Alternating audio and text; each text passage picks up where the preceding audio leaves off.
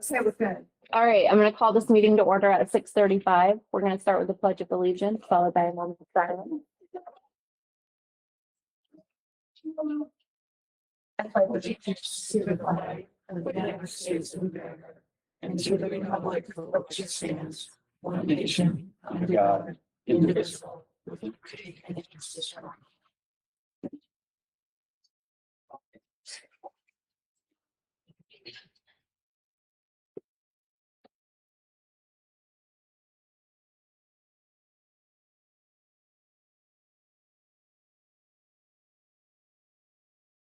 All right, first up is to amend the agenda. Does anyone need to amend the agenda? Awesome. Next is to approve our previous minutes from the January 7th meeting. We would need a I'll motion. make a motion. I second the minutes. Third. Is there any discussion?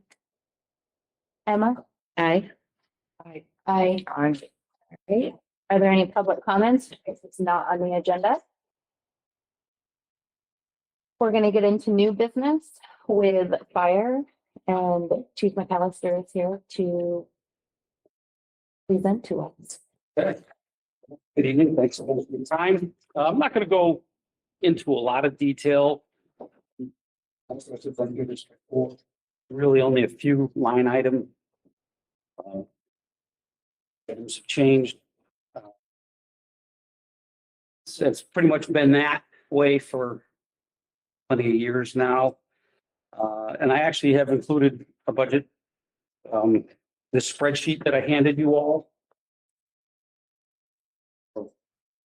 My total budget versus wages. And within the wages, I'm including FICA, so on and so forth, Medicare, Medicaid, that kind of stuff.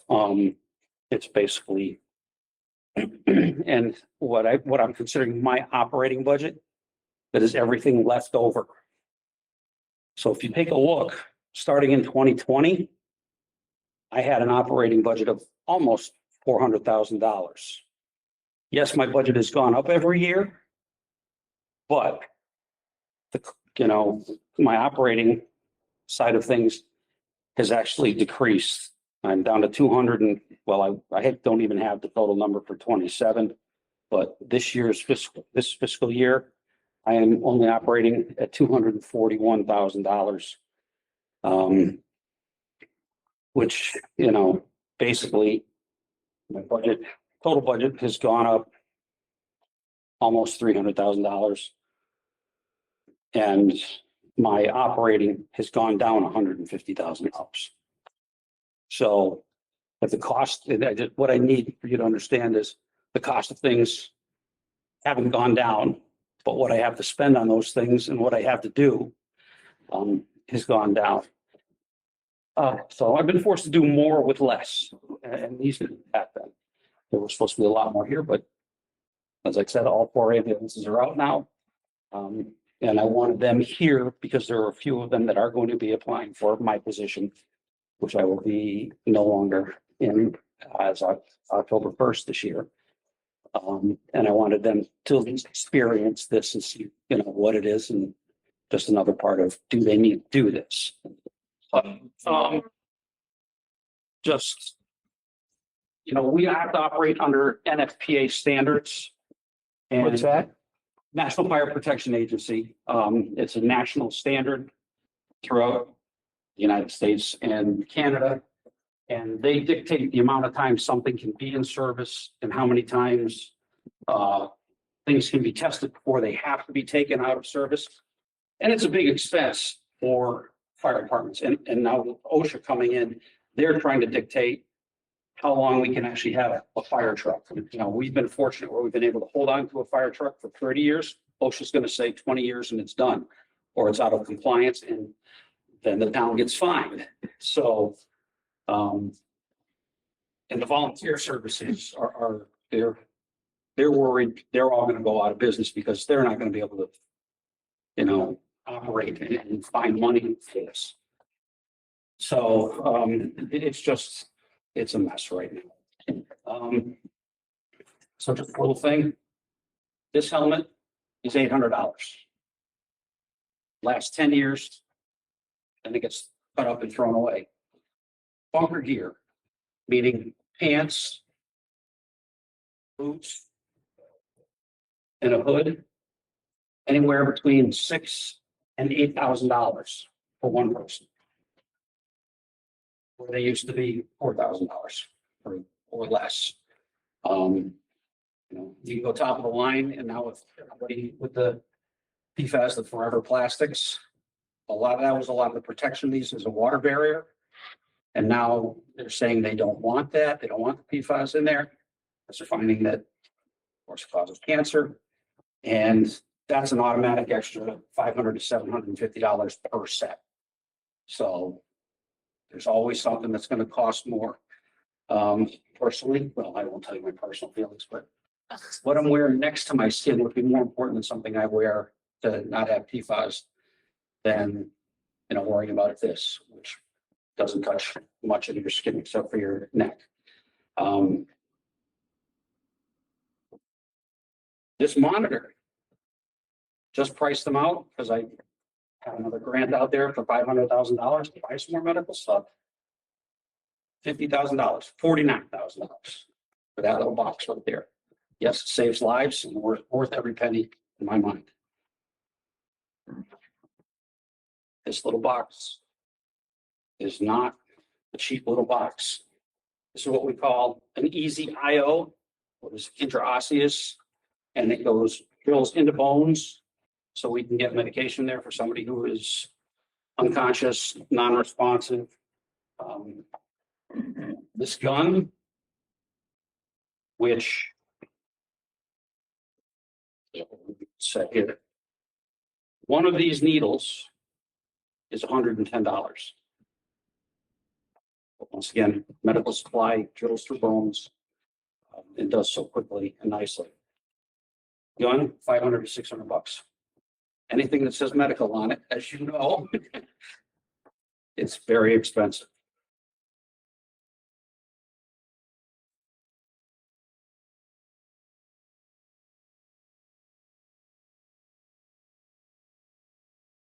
This nice orange saw, you see in the background, cuts holes in roofs, lets the heat and smoke out for protect any potential trapped residents or protect my firefighters.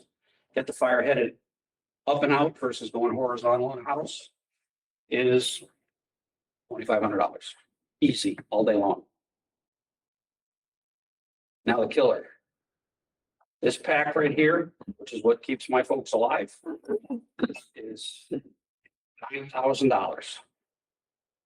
One bottle is $1,400. And that has to be replaced every 15 years. The bottles do. So that's why I'm continually looking for grants for everything. See, I've been lucky. I hope this current administration in DC starts releasing some of the money for that next grant, because I need new stretchers. I need, stair chairs to get people up and down stairs where the stretchers won't fit. And a lot of these things protect people's backs. And, even though this stretcher, like I said, was $39,000, $38,500, this here, it's worth every penny, because one of them hurts their back. It gets way more expensive than that. When we used to have to manually pick it up, this, you push a button, it brings it up, and it helps out. This nozzle, $1,500. This is what we use now. We prefer what we call a smooth bore versus these big fancy ones. This one water out of the fire are $500 to $800. So there's quickly over $100,000 right there. And when I have to replace multiple at the same time, the next chief has to replace multiple at a time. I hope they're very good with grant writing.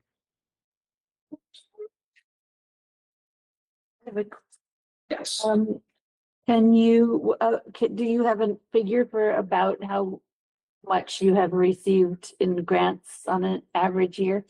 There isn't an average year, but in the 10 years I've been here, I'm going to say it'll be around $1.5 million.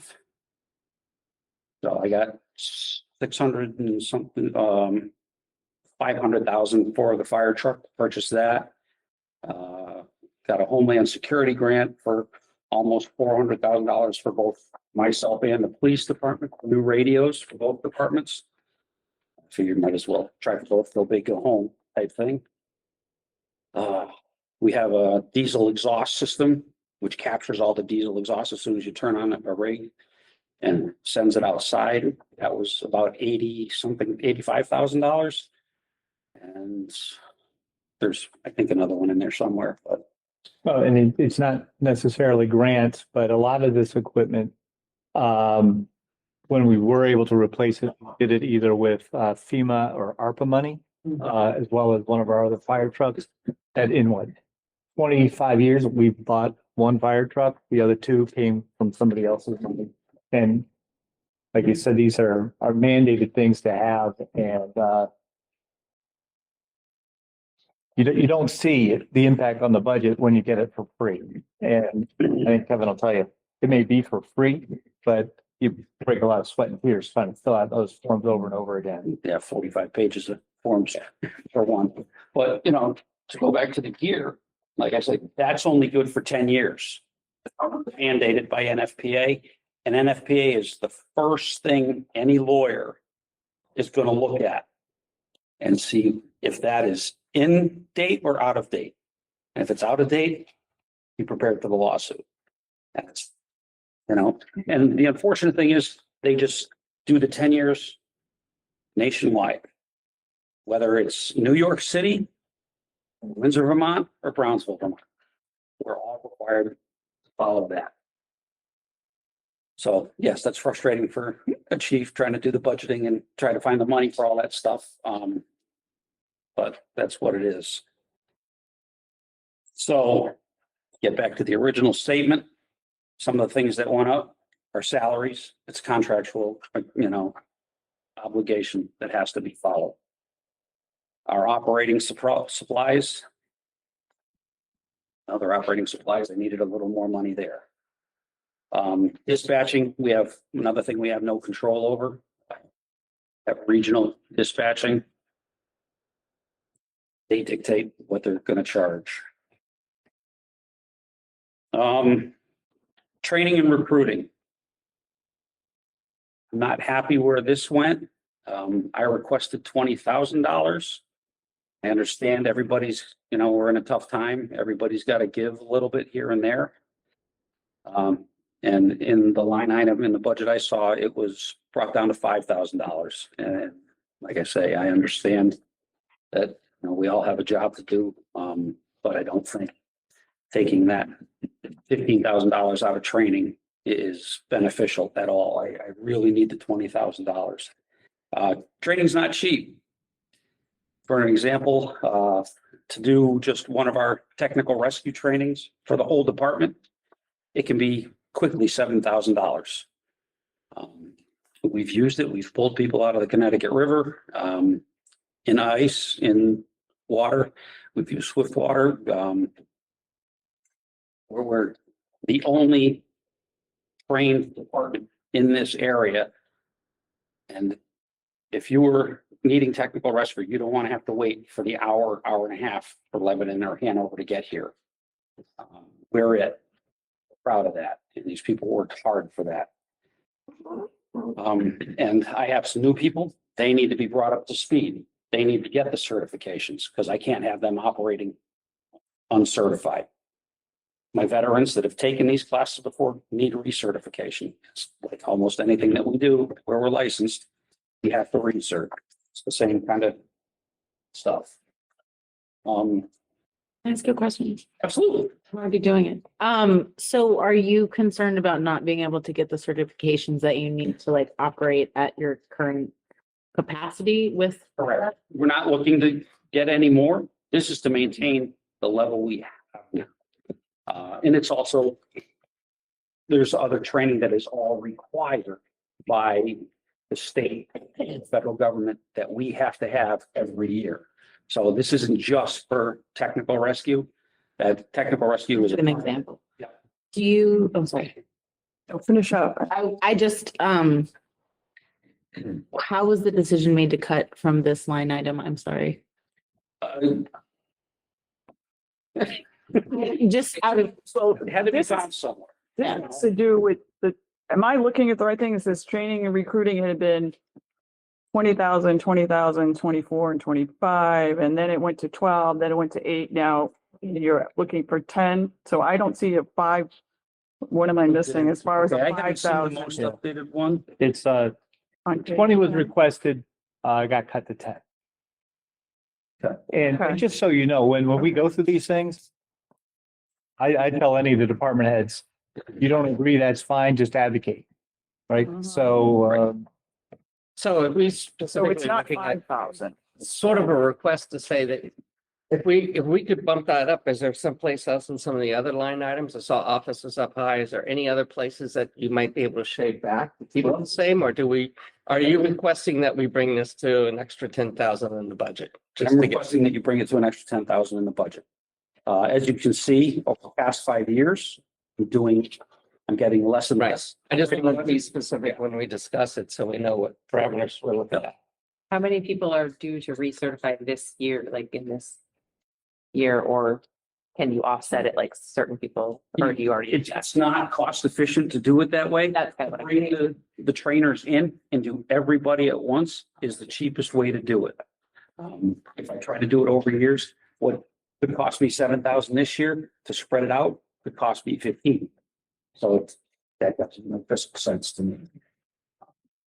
And it's also because then everybody's at the same level and everybody can keep, training together at the same level. And the other thing I do with a lot of these trainings is I have 1 or 2 people that I have go back. They have to have this minimum standard, then I send them back to become instructors. So then it lessens the cost. They become certified instructors. I don't have to pay for it. Then they can train in-house. I think one of left, yeah. I have nobody left here and it's probably like 15 people that were here to come to this. But that teaches ice rescue training and they do it regionally. So they get to earn a little money on the outside as well. But they also keep us trained annually. You want to talk?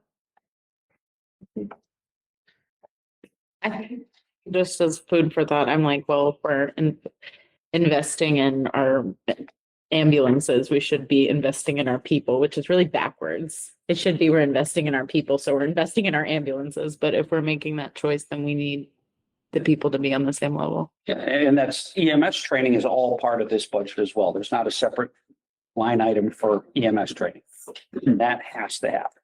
And at different levels, paramedic, AEMT, or EMT. I hope that didn't sound weird. I really deeply appreciate y'all and what you do. So speaking of the government side of things, you brought that up. My question is, I know that there was an anomaly in third quarter, I believe, that the revenue went down.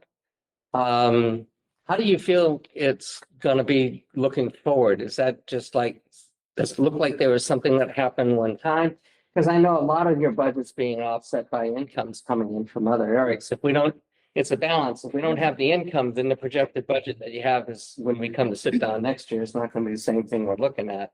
Right. So, Right, and there has been a decline in the call of I was gonna get into that, but I guess I can skip forward to that. if I'm not ahead of you, we can wait to get there. That's fine. Well, no, I mean, we're here, so it's not a big deal.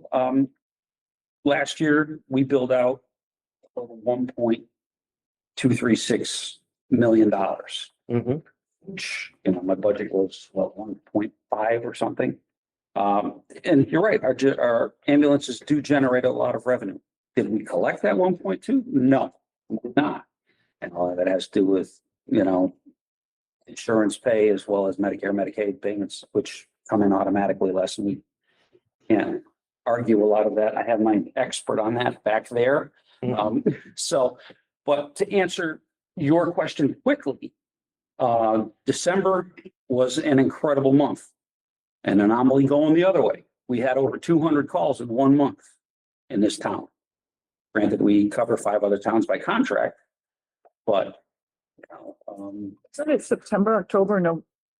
Or was it just 2 months where we were like 100,000? Each month. July, August and I couldn't September, the remember. number of calls, it didn't equate to that 200, but it was like 85 where they're typically 100 to 105 Right. and revenue. And there are a lot of things, but I think October, November and December have all trended back the other way. Back to With what we December being- call normal, more or less. Right. Yeah. And there were a bunch of different things that come into play with that. You know, we had, because other ambulance services aren't getting people that take the transfers, so on and so forth. I was short staffed for quite a while. We weren't taking, what we call non-emergency Mhm. basic life support transfers. We were turning them down because we have to cover. Our more important thing is to cover Windsor and our contracted towns in 911 calls. So. I just remember there was concern when that came up Yeah. in the board meetings, and there didn't like, how are we gonna make that up? And even if you had one good month, did that make up for the 2 or 3 bad months we had? Yeah, And so I don't know where that stands. That Right. was kind of just sort of hung out there in regular board meetings, Tom, that you were talking about it with Tom. well, Tom, in one of our discussions that Tom and I had, he asked me to cut 80 man hours a week. And essentially, that will get rid of my interfacility BLS transfers. I won't have the people to be able to do those. I have my people here at Windsor are my priority. That's really going to affect, we have to look outside the box. Yep, maybe we are going to operate at a deficit, but ambulances aren't money generating services. But bringing that down will give me 4 full-time people a day, 24/7. And then, 4 what we call permanent part-timers on Friday. Where right now we're up Part-timers, did you say? I didn't catch it. 4. 4. And right now we're operating at 5 and 6. And that's how we get to do these other revenue generating, we'll be losing about 23% of our revenue. Depending upon the year, if we get rid of this transfer and those people. So it's almost, I can't say it's almost a wash because it's not. But we're now affecting patients that need to go from one place to the next. Dartmouth Hitchcock and Mount Scottney are in a panic because I've already had discussions with them saying that, the discussion is happening. I don't want to leave them in the lurch. And actually, this is a possibility. We'll see how my budget goes. But I won't be able to do these BLS transfers. And we've been having, with the head CEO of Dartmouth as well as Mount Scottney. They're finding ways for us to get more of those calls. They want us. They really like Windsor Ambulance Service. And I'm glad of that. They've said some awfully nice words, but they didn't think we wanted to do the short run from Alice Peck Day to Dartmouth. That's still a $600 run for us per call. So, and they were willing to, hey, we'll start calling you to do those. Beautiful. Those are the bread and butter. That's where these things help. But, being asked to get rid of the 80 man hours a week, that won't happen. So, and you'll get into your discussions. Tom can help you more. So if, I don't know if I'm reading this the right way, I'm an arts major, but did we then end up making a little bit more with the ambulance service in 2025 over 2024? Am I wrong reading this? What page are you on? Oh. You said the wage. Basic operating, is that what we're looking at? No, I was looking at wages. Is that like what we are paying people or is that That's what no, this is just wages, what we're paying other people? as well as the health benefits, so on and so forth. That's all. So did we? I also need a little, can you please do the 6th grade level of what you just said? Like, where is the town discussing reducing the budget such that, you know, where are those, inter Well, if you look at the, facility? if you want to go back to this page here. Yeah. That will, tell you what my wages are. You look at what do we had in 26 and what I have with the reduced 80 man hours. Sorry for the term, but 80 person hours. Wait, it- where is the reduced 80-person hours showing up? Look at, Yeah. okay. And you look at wages, et cetera. Yeah. Look at 2026 where it says 1.283. Yeah. And then you look at 2027, what is in there right now? What I last saw was 1,242,000. Okay, so that's actually a reduction in salary. Okay. And you have to remember, it's not a lot because contract says they have to get however many percent next year. That's what I want. Where, I don't see the 1,000,000 to. Oh, you're looking at this No, on this one. Yeah, See, there's your 1,200,000 for yeah, 26, Yeah. this fiscal year. Yeah. Next fiscal year, it actually reduces. got it. And One so point that's the ambulance, that right there is corresponds to the 80-person hours. Yeah. And who suggested, how did that come up? It was just, I was directed to do. Blame me. It came up because of a deficit Yeah. that was there. It's got good year written all over. I did this is. All the department heads submit their budgets. There's a bunch of line items that go back and forth and priorities are set and things like that. So again, this is Kevin and I had this. Kevin wasn't 100% on board. And I said, will you come and you make your case? Which is what he's doing. You'll say that this is for those who've been around, that the presentations have been significantly different than past years. And I think it's getting away from the boilerplate and getting into more of the heart and soul of what the department do. And But is it true that you just said that, you know, did I hear you say that with your new advocacy with Dartmouth and everything, you could support those 80 hours if it went back in the budget, probably that you would be generating that, where would that extra revenue? How does it close the gap? Oh, it would. And I mean, they're willing to say, okay, we'll give you 3 of these transfers a day, which will give us, you know, but we, like I say, we also have to remember, we have to do emergency. That's our priority. Mhm. But having those extra people on during the day only, we're not doing 24-hour. Everybody else is a 24-hour a day. These people would be 10 hours a day, you know, from 8 in the morning until 6 at night. Okay. And that's when the majority of these interfacility transfers are, because that's when the beds become available and we go from one to the next. And like I say, it's moving somebody from an emergency department to a rehab center, you know, bringing them back down Mount Escut to the rehab there. So if Windsor puts that $40,000 back, not that. It's probably going to be more than that, right? Well, we'd have yeah, to go this, back and do this the nets math. out 40, 80 hours, I'm going to say is 2,000 a week, 3,000 a week.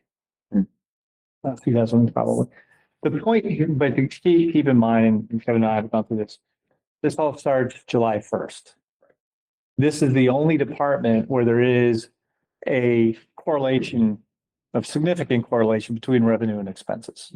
So as Kevin mentioned, December was very busy. October, November were busier than July, August, and September. That we can't put people on one week, take them off the next week. I mean, there's got to be some consistency. But if the facilities that we provide services to adhere to the wording, I get the impression that some of them were like, oh, we didn't know you cared, Yeah. you know, we can do more. That we have the first half of this year to make sure we're staffing to meet the demand. And if we staff to meet the demand and the demand also rises to the level that we expect, then it'll cost the town 40,000 or like eventually that money would come back to the town? What this was driven by is if you look on this sheet, and you look at, the ambulance revenues on the front page, the little blue line, the net on that was reduced by, $83,000. Right. Mhm. So when we were putting together the budgets, the revenues were trending down. So from my perspective, if revenues are trending down, there is a labor associated with that, that when we're asking everybody to tighten things up, that's where I was saying we need to tighten things up. If revenues continue to transition up, that number is the revenue is gonna go up. So we're not gonna cut people just because the budget says so.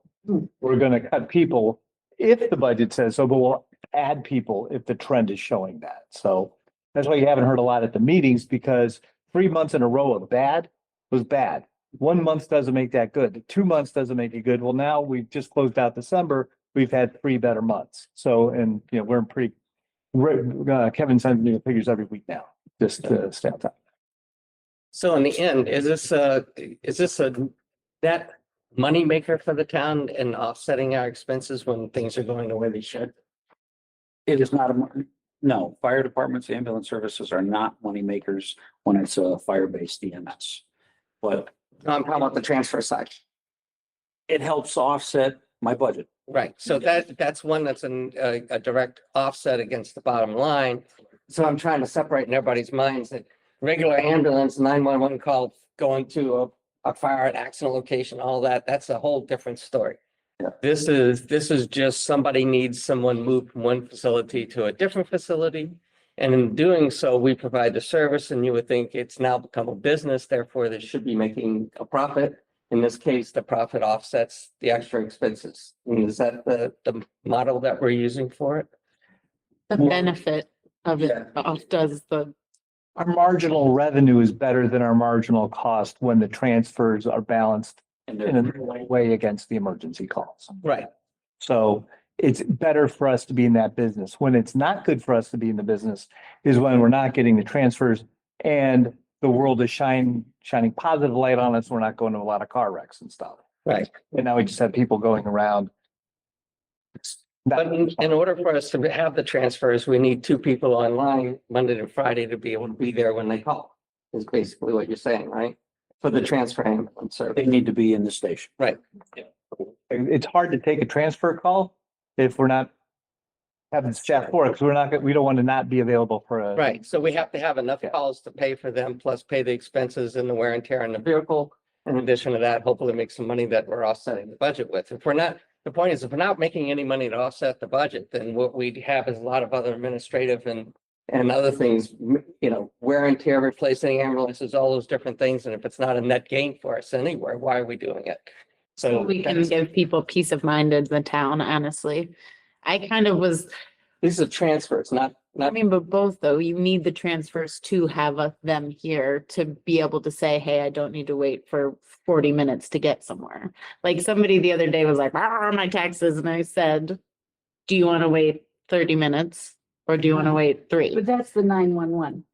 Sounds like it. No, that's what, that's. Yeah, it's that's not- not a agency. One actually can lead to the other. A lot of times, Yeah. we may consider Mount Scottney Hospital the closest appropriate facility, which is how our protocols read. We have to take the patient to the closest appropriate facility. And we get the patient there, and Mount Scottney will start working their magic, and then they'll say, oh no, our magic has run out. We now need to get this person to Dartmouth Hitchcock. Right. And then we take that from that patient from there to there. But what you're speaking of is some of these been at Dartmouth, for a trauma or whatever. Mhm. And then rehab, they need to come down to Mount Scottney Right. to do that. Or, we used to go way up to Newport, Vermont with patients. But we found, when mileage started getting cut, we used to get reimbursed a lot Mhm. for mileage, and now they've said 60 miles. And if it's not the closest appropriate facility, they don't care that your family is at that facility that's 70 miles away. If there's a facility that's 10 miles away from Dartmouth Hitchcock, that's where, Medicare or Medicaid, which one? Medicare. Medicare says, we're not gonna pay you past that 10 miles. Right. So, we decided, okay, we're not going up to Newport anymore. We're not going, Right. we used to go to New York City all the time. We used to go to New Jersey. We've been asked to go to Baltimore. That one trip is a lot of money that we get paid if it's a private pay, Right. but if it's not, and their insurance doesn't want to cover it, then it's not a moneymaker. And then, those calls have gone away because we've turned them down. Right.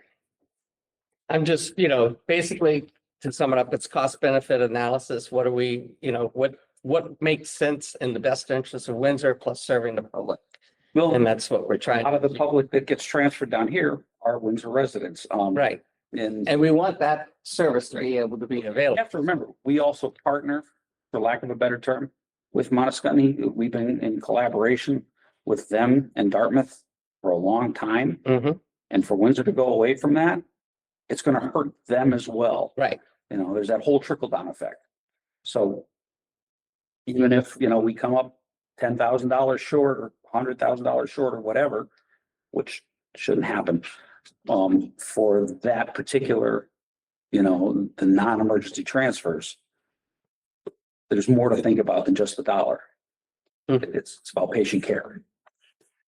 And I know that's a hard pill to swallow sometimes, but that's the reality of EMS anywhere.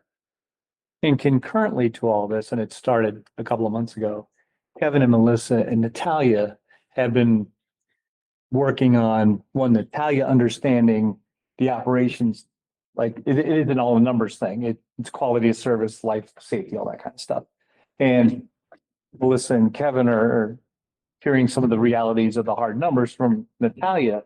But the point of it is, when I got here, we segregated ambulance service from fire service.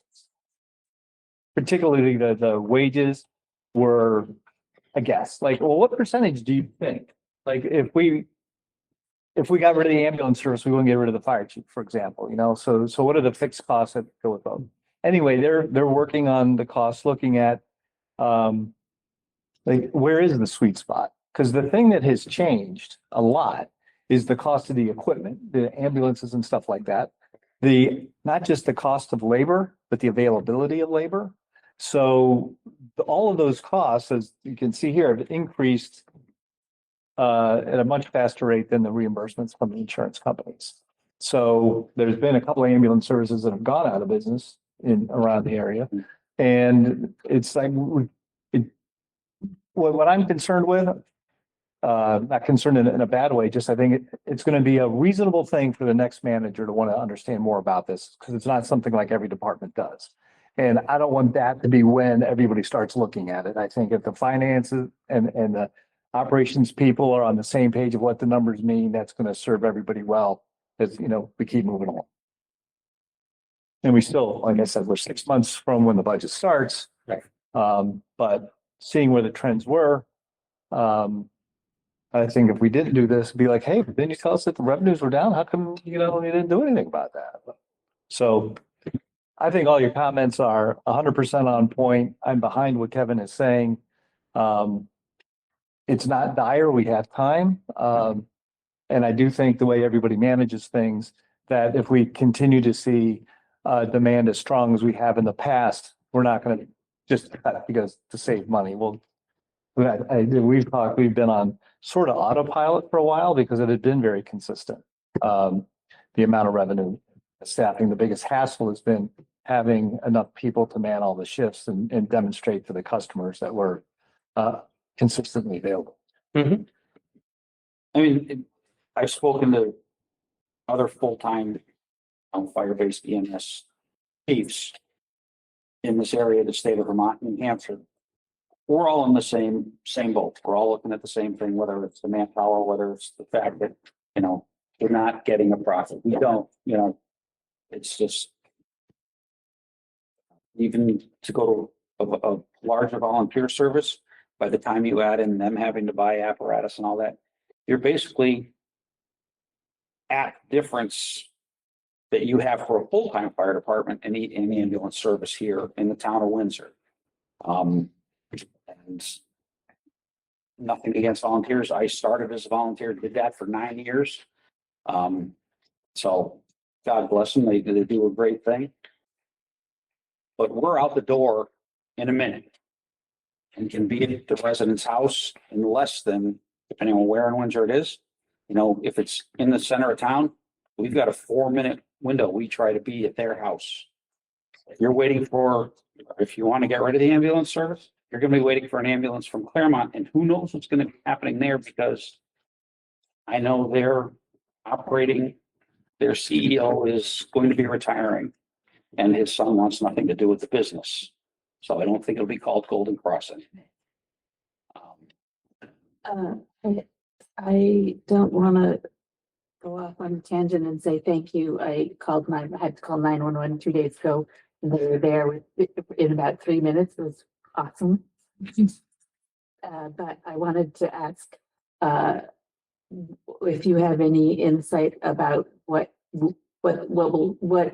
deficits will need to be filled when you go from somebody as experienced as you to a new person. Well, I also know that there are some people out there that are not as experienced as I, but have the experience and are interested in my position. I'm not going to leave you in the lurch. I won't leave the town of Windsor in the lurch. I care too much about this town. You know, I raised 2 kids in this town and love the place. So I care about it a lot. So we'll do a very good search. We'll probably do a nationwide search as well. But I know just in this area, as well as because I'm so involved with fire chiefs throughout New England, I'm the Vermont director to the New England Association of Fire Chiefs, that people are talking to me about it, and they want to know a lot about our nice little town we have here. So I want to say, I don't think, if the impression did get out that there was a consideration of eliminating the ambulance service, I think from my standpoint, that should be squashed right away. I'm getting to an age where I'm going to be needing you guys. nobody likes us until they need us. I'm a heart attack away from seeing you again, chief. That's just been years. They've been in the service for 40 years, and we've always been the bane of existence for town managers or mayors or all that. You know, So sad. you get hardened to it after a while. Well, their house catches on fire. Well, Hey, yeah. and it's Take the those other thing, people. the other thing, and I've said this about the fire department in the past, I mean, if you don't have the certain call times and everything else, insurance rates go up. You're gonna pay a lot more for your homeowner's insurance, and a lot of people don't even think about that when they look at these things. Right. It's the same, you know, they look at the actualities and say, if the fire's on service within 3 to 4 minutes to put a fire out as compared to 20 to 30 minutes, there's a big difference in damage that's done. So, Yeah, fires don't just progress gradually, they progress exponentially. It's yeah. how quickly things go. So. Okay. I still have more to go, but I just want to make sure we were good with that little bit of the ambulance revenue and. Go. Okay. Lead us on. Yep. And there's just another little thing that we're waiting on. There was a Medicaid study done and throughout the United States. And they're finding out we were not, no ambulance service is being paid enough and Medicaid pays it. And now they're trying to figure out, and they were supposed to be giving us X amount of money. Because a lot of times the calls we go on, we get there, we can give a person Narcan or whatever, they come out of, you know, we basically brought them back to life or save them. They don't go to the hospital. We don't get paid for that. We can't charge for that. If a person passes, we can't charge for that. Someone has fallen out of bed, they're not hurt. We go, we pick them up. We don't get paid for that. I could go on a list forever of those kind of things. But there was a movement and it was very active with this Medicaid study, and they were going to start giving us $500 a call for those kind of things. Because as you said, wear and tear on the rig, wear and tear on the people.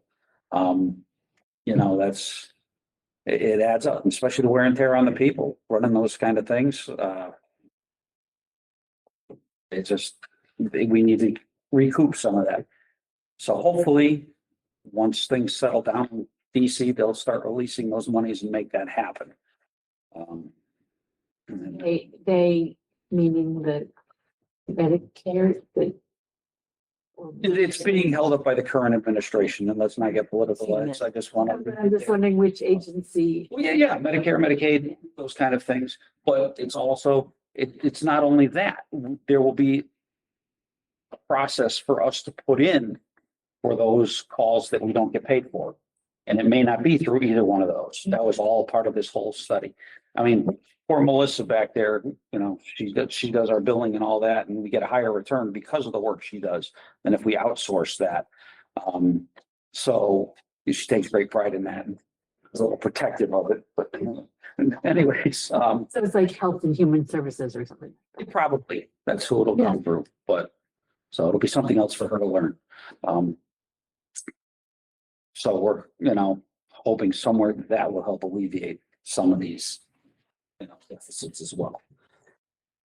But while we're on the fact of wear and tear of the people, there was something I was not into my budget, but something for the town to think of as a whole. Obviously, the things we see, the police department sees, and, there is, a counseling service that other fire services in the Upper Valley use that is geared towards our kinds of traumas that we see, and, also military type traumas. Don doesn't know this. This is just something I've been brainstorming and working with these people and talking to the other chiefs that one of them is very open about the fact that he's had to go. And there's nothing good, there's nothing bad I've heard about these. As a matter of fact, it's better than anything I've ever heard about, EAP. EAP, they could care less. They don't know us. They don't understand what we do. I've sent some of my people to EAP. Limited success at all. And that's sad to say. And There you go. Which is I got a lot of those things up here. Can from they like try and get you in touch with the health department, yes. a state service EAP or Different insurances. insurance. Yeah. I think ours is offered through VLCT. VLC, yes. And then you ask for help and then they say, I'm gonna help you, and then they never email you back. Actually, or you get there and they want to, want to have the warm fuzzy talks, and that's not what we need. That's not going to help us. We need to get in there, get in depth. You need trauma people who understand Exactly. and trained in it. And this woman, Yeah. normally, like I said, this company, I shouldn't say this woman, I've been dealing with one person from the company, is local, so she really cares about services in this area. And she, I said, well, would you open this up to the whole town, or are you just gonna make it for the fire department, police department, and what's the cost? And, she's looking at, and would love to open, she says, wow, I didn't even think of opening it up. So the poor teenage lifeguards, she says, I need to see those women. Yeah. They're waking up at night and they're not telling anybody. And, if they're saying they're not, they're lying. Because I can speak from experience. But to be able to talk about that with somebody that understands and can get you through that, I think it would be worth every penny of the $14,000 she's asking a year for the whole town, every town employee, whether it's Tom, whether it's somebody in the water department, sewer, fire, or police, and highway. So just like I say, that's not my budget. That's something I just want you all to consider. What's that called? What, Of course, I didn't bring her business, but they're. no, but I mean, category is mental health services. Mental health, it's definitely mental health services, yeah. Is he somebody in town? West Windsor, she's from West Windsor. Oh, good. Okay. So they have, their offices are in Lebanon.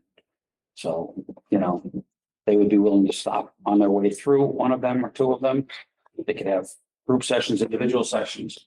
You know, if it's individual, I think you get 6 sessions and the town will be charged a very reduced rate, I might add. You know, she normally, they normally charge $185 an hour. We're coming in just under 100. It's kind of services. I care for my people. I mean, I know I've had multiple people in my department be seen for counseling and their insurance only covers so much. This woman would like to do it right through the town, you know, whether it's do the 6 sessions through the town. And then they continue on with their insurance if they can, because insurance may give you 1 or 2. I don't know what the town's insurance covers for that. Can you send us the information? I most certainly So can. I wish I had remembered to bring. That's okay. If you could email it like to the select board, just so we could have Yep. that, Yep. that would be great. Whose budget would that fall under? You said it was. That's why I'm saying I don't You know. don't where know. that would come from. Okay. I mean, I don't think it would matter if that $14,000 put into my budget, but was sponsored by the town, Curious. wherever if it went. With more background information, it can easily fall like where our health insurance and dental insurance, mental health Insurance company. Yeah. Yeah. Chief, the 14K, does that include sessions or is that? Yeah. Okay. Yes. Yep. So basically the 14K, you were saying, I just wanted to kind of understand what is that actually, whether it's actually 6 sessions per person. per person. Yep. Okay. Yeah. So. At no additional cost. So 6 sections per person at no other cost. And then when you exceed that, that's when we have to. And you go from there. So the 14K covers the town The town. and 6 sections per person that may need them. Is that what I'm understanding? Yeah, I mean, and That's a very good deal. I mean, Hartford, that's the same price she's charging the town, the Hartford. Okay, So, and that's just the fire department of Hartford. right. So Yeah. we're gonna put up with the whole town of Windsor for that price. I think, So I'll look into it. so, Yeah, I think it's something we should look into. yeah, because let me tell you, somebody goes out on PTSD. Yeah. A lot more than that. There's nothing worse than a bad counseling. Yeah, Yes. and mental health services are so hard to find these days. And this is a good one, like I said, highly recommended by multiple chiefs in the Upper Valley that use the service. One of them actually found her because they lost one of their employees to PTSD. They just couldn't do the job anymore. And guess what? The town of is paying now forever. So just a little food for thought on that. Like I said, I digress. Sorry, but I'm not. Let me get back on the track here. I just want to give you a little update on the apparatus, meaning ambulances as well as everything else down in the bays. Say engine 23 has already reached its half-life. It's 15 years old. I can't believe that. And if OSHA says it's 20 years, we've got 5 years. And it's still taking 3 years and twice as much as they used to cost. We had a mechanic get under it and do some good work and inspections. And I have pictures where the frame that the manufacturer put 2 frames together. It's now caught all the good old Vermont sand and salt, and the frame is actually rusting and pulling apart. So, and if, however many years, there's gonna have to be a budget to have that whole body lifted off and the frame replaced, repaired. Yeah, that wasn't a sort of fun pill to swallow. And obviously, that's a mechanic that gets nothing out of having this happen, because he says, I can't do this. So, but it's also happened other departments. As I kind of said, I called a couple chiefs. You ever heard of this? Like, yeah, I just had to have my whole engine done. So, instead of spending a couple million, you can have an engine refurb for a couple $100,000, and then it's almost back up to par. And I think that gives you extended life on some of these requirements that may or may not be coming. you know, when there was that much pushback, OSHA kind of immediately backed off. So we'll see where all that goes. The new pumper tanker, it's here. It's working great. It's, you know, been greatly appreciated when it showed up for calls. There was a day we had 3 structure fires in a row. Well, not in a row, but in the day, one of which, you know, was way over on the playing field. But anyways, so we've been busy on the fire end of things as well. You know, the ambulance is one we always talk about because that's the one that generates revenue. Uh, let's see, the ladder. I actually went down to New Jersey and inspected one. Took the 6-hour drive down there, inspected it, and ran it through 4 hours of testing. And they were asking $400,000. Probably could have got it for high threes. It was a truck that, yes, was a 2012, I think, but it only had 64 hours on it because the town it was coming from has 5 ladder trucks in all. And they really need, and that truck never went. They always took their heavy rescue. They did more than the rescue work at that department. And now they need it out of there because they're getting a much larger heavy rescue because of that. Came back, told Tom, and we found out about the deficit that was going on. And he said, that's not going to happen right now. So that was kind of a blow to everybody. I know, you know, they were holding off on capital budgets, so on and so forth.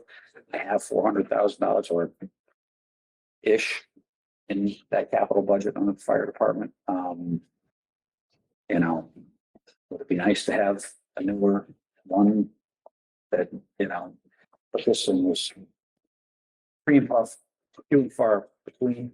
A new ladder truck is, for a basic one, is $2.1 million. Hartford just bought one for 2.4. So I don't, and I would never ask the town of Windsor for one. I can find a good one, and I can, you know, if I get that opportunity, if I get the money, I'd love to have that be my last act here, so to speak, my last big act. But that's once again up to the voters and folks. So we still don't have one down there. My ambulance one, it's 10 years old. We usually keep them for 8, but because of all the delays with COVID and supply chain and the costs going on, we haven't ordered one. You know, COVID kind of pushed all the other purchases we had back because it took 3 years to get that other type 1 ambulance we have, the 911 rig, what we consider the 911 rig. And right now, I talked to multiple manufacturers. They're 18 to 36 months to build another ambulance, depending on the manufacturer. Ambulance one, since January, I've spent over $10,000 in repairs on it because it's 10 years old. Things are breaking. But that's the chassis. The box itself is good. One of the options I'm looking at is they take that box off and they put a whole new chassis underneath it. I mean, it only saves about $100,000, but it's $100,000. Okay. It'd have to be sent to Elkhart, Indiana, or something like that, for a few months to make that happen. We have 3 ambulances that would still be here in town. When that happens, so it's a pretty viable option.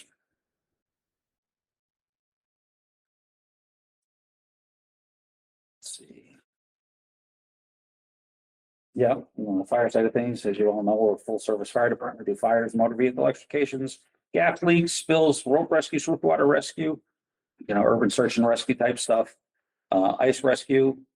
And because of the training we do and the respect we're now getting from Hartford, Hanover, and Lebanon, we have been designated their rapid intervention team specialists. So as soon as they have a structure fire, we are called to it, and it's our purpose, our duty to be ready to rescue a firefighter that goes down. And that's one of the most important jobs on the fire ground, as far as I'm concerned. So, and they, in return, come here to do the same for us. So we train together now, which is great, you know, all on that same level, we know, and we're learning the trust, we're building the trust between each other, because before we really didn't operate a lot, unless it was a bigger fire, we'd go up. Now we're doing a lot more together both ways, so that's a feather in their cap as well. They've worked hard to get there. Then once again, that just goes back to that $20,000 for training. So I'm not gonna harp on that anymore. We've heard enough. Some of the smaller stuff we do. Form the search and rescue, pump basements, dirty houses. We have pumps. We go down, we pump them out for people. I wish I would have known that when my basement flooded. Where were you? Everybody else calls the fire department for really crazy things. Why, come on now. Next time, Yeah. It's gonna be a next time. most likely. Way the weather has been. Right? Yeah. Protect down wires, we perform building inspections with the state. We don't have a lot of teeth, unless I get more, building inspector certified people myself, and I think one other person have these certifications. And that's just low, very low on my totem pole. But, that's actually something that could also, we could start charging for, to do these inspections, because the state charges for these inspections, but I need more people to do that. Then it's also a great way for us to get out in the public, and it's, a great way to trust us. And us to get to know all the commercial buildings, multiple occupancy dwellings in town. The state doesn't pay for more people to get certified to do the trainings? No, they get what they call a memorandum of understanding with us. They will offer these trainings sometimes for free. Once again, it depends on the grant money they get, and then they pass it down to us.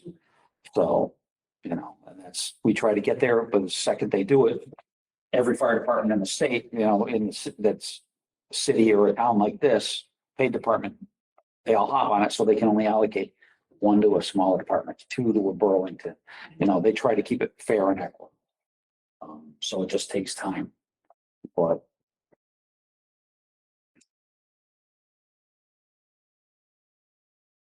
I already spoke about the Homeland Security grant, and that was all I had, which is probably more than you wanted to hear.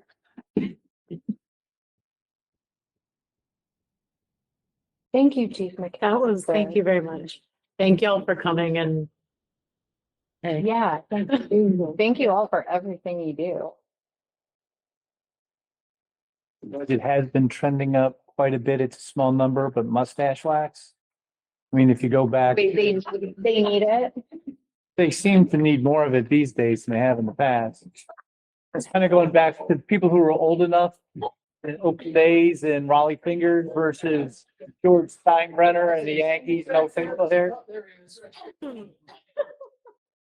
I'm fully supportive, but if you're looking for something, they bury it under medical. Not true. It's gonna be a fire hazard, right? It's fireproof wax. That's really doesn't count. Okay. So there's some. Okay, guys then we. Okay, Needs to have the mustache going down here, it's don't anymore. okay. Yeah. Add it on and note like that. Thank you all for your time. Thank you. Thanks. Listen if you want, or you can stay and watch the rest. Run away. Thank you, guys. Thank you. You might need another rainbow. A couple of you hang outside.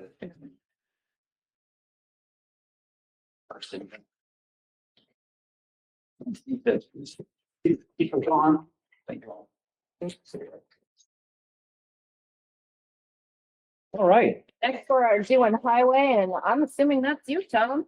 Are you I am. highway today? I am on the highway every day. Hey. It works. Can I ask one more thing about that truck that I didn't want to bother him about, but Just the dotted line, he had $400,000 allocated for buying the used truck. So he found one that was about that, but then what? I didn't quite follow why he would have thought that that truck would be appropriate, but then was. So like almost everything, there's a lot more backstory. So we've been looking, Kevin keeps his eye out for a decent used ladder truck all the time. And there have been a couple look good on paper, but he would look at them and jump. This one happened to be pretty good. It was back in, I think, October, and it was on a bid list. And all we knew was the minimum bid was, I think, $200,000. So I told him, and I didn't tell you, bid 250. Because they wouldn't tell you who was bidding, but he was kind of getting the vibe that there wasn't, huge money. So we did bid it because I figured we can come up with the 250. But it didn't sell at all. So I guess it didn't hit whatever minimum bid they have.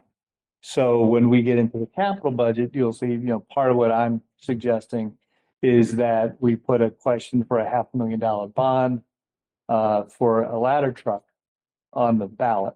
And having the authority doesn't cost you any money, but it means if something like that comes along, you know that you can meet the financial obligation to buy it. So there is money in the capital reserve, but this was, and it was all happening in a matter of days. Hey, I see this truck. Like he said, he drove down to Jersey and back, came back. Hey, this is pretty good. All right, well, cross your fingers. If we get it for nothing, I think we can get by with that. But not an open checkbook on a bid situation. Thank you. All right. Yes, I am the Director of Public Works, and that is something you should keep in mind that when you're looking for the next person, I've always thought that our entire organizational structure is very flat. We don't have captains and whatnot in the fire department. We have sergeants, but no captains in the police department. I don't have an assistant manager. I'm the Director of Public Works. I mean, to oversee the water and sewer department and the highway department, and we have very good people there. But Windsor did have a engineer as a director in the past. It's not like it's all free. We do spend money on engineering, and I have to go find people who know the business to help me. But that's why you see me and not Ernie. Ernie's good at plowing. He does not want to come and tell you about how we plow here. Like I say, every year, we have a staff of 4 in the highway department, and we can't do it with 3, and we don't need 5. We have a couple of people that Pete Johnson, who used to be the foreman here, who are retired and knowledgeable and can come in and help do the sidewalk plowing. For example, we have a part-time person who comes in only when we need him to do that. We have, like I said, Pete and another guy, Mark, that can drive trucks or plows. We also have people in our water and sewer department that have a CDL and can plow. So we work together on the busy days, but it's like it's snowing. That's one level of work. It's 18 degrees and sunny outside. There's not a whole lot, So essentially, the winter is made up of fixing the stuff that broke when it snowed, getting more sand and salt mixed, and putting it all back. In the wintertime, it is salt. I didn't know this, being the Director of Public Works. We had a mailman complain about how dusty our streets are. Oh. And I was like, well, it's wintertime. What the heck? Well, he happened to be from Walpole. And so I happen to know a select board member from Walpole. He's the executive director over at the American Precision Museum. I said, Steve, how much sand do you mix in with your salt? We don't mix in sand. We use straight salt. Yeah. So, I guess all their Mercedes rust out, after 3 years, but they just get a new one. But here we do a pretty aggressive salt and sand and salt mix. So, and we have our own sand pit. So the expense for that is 2 weeks of our guys screening sand down at the pit and trucking it down. So that's kind of like a little example of another cost you don't see because we have what we have and we do what we do. We have pretty handy fellows that can do a lot of the maintenance themselves, not the big stuff, but they're also very conscientious when they're spending money. Like, there's nothing magic that happens. It's just we have 4 dump trucks, a couple of loaders, a couple sidewalk plows, a roadside mower. We have a lot of stuff for a little town, but we have a roadside mower because Pete at the time said, "Hey, this roadside mowing company that rents equipment's going out of business. We can pick up one of those tractors for like 15 grand." And we used to spend $4,000 to rent it for a week. So now we have it all the time, and the guys can go out and do it, as their schedules allow. So we had one of our loaders break a piston, and it was about $10,000 to fix it. But Ernie found a shop that could put together a remanufactured one for $3,000. So those kind of things, like I'm going to say, because I've been here long enough and we've had a very stable staff. I hope there's not that, oh, these guys just spend money whenever they want, or if they didn't, if they haven't spent all the money by June, they're going to, throw parties for themselves. These guys, they live in Windsor. They're conscientious with their money. They show up in the worst weather. They struggle. The one thing I push them on is you get paid, or your contract says you get this much vacation and personal time. You take it. Like, because it's my job to make sure you can, but you can't work the hours you work in the wintertime and then say, but we only have so much summertime to get all the other things done. And they really are very good at that. Where we're, again, things that you may not see, we have a street sweeper that I think we paid $12,000 for before I got here. And so we sweep all that sand up, put it back in the pile, and use it again the next winter.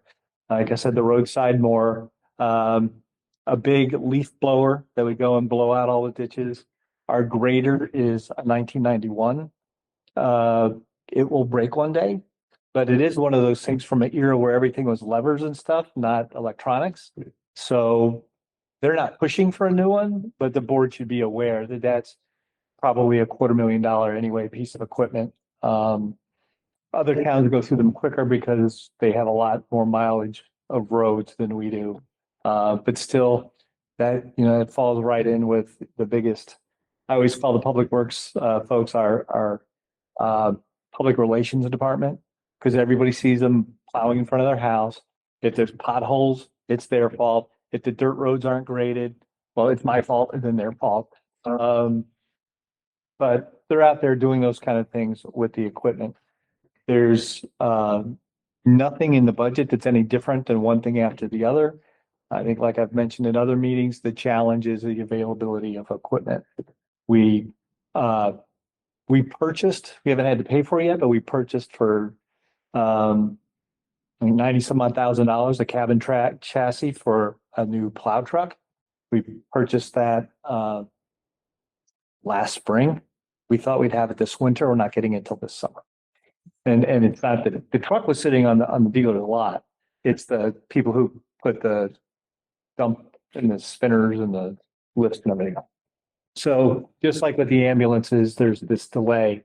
And because there's a delay, I'm not going to get into why things cost so much more, but everybody's struggling for them. And that's got to have an impact. There's just not inventory sitting on the lots the way there used to be.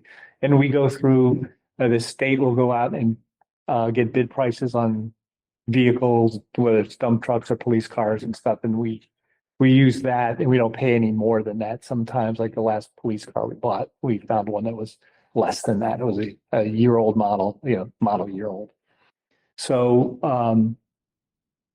I've always been very supportive of getting the fleet up to speed. It hadn't always been that way. For those who have been around, there were stories where the police would get calls from the state police saying, "Hey, we're switching out the tires on some cruisers. You want to use tires?"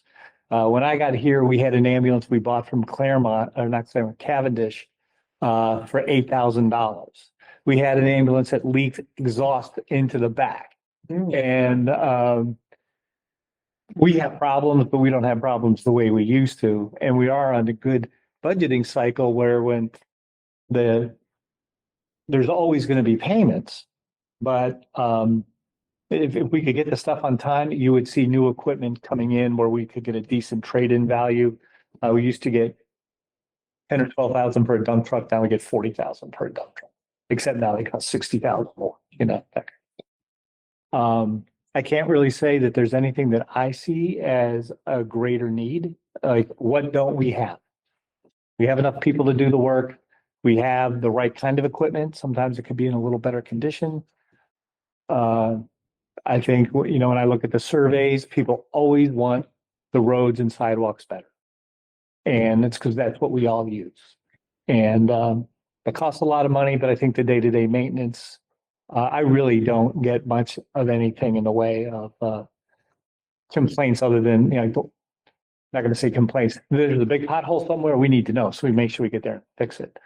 But whether it's not, there's a sodium chloride that we put on the dirt roads, keep the dust down. We used to not do that. Now we grade and we do that, and it also keeps the roads in better shape because it keeps it all down. It's the same but different in a wastewater department. In the summertime, the sewer lines can stink. So you can put dioxide in that to keep the odors down. We used to not do that. And you don't really see that in the budget, but those are the things that I think nobody would know happens, but it makes it better to live here.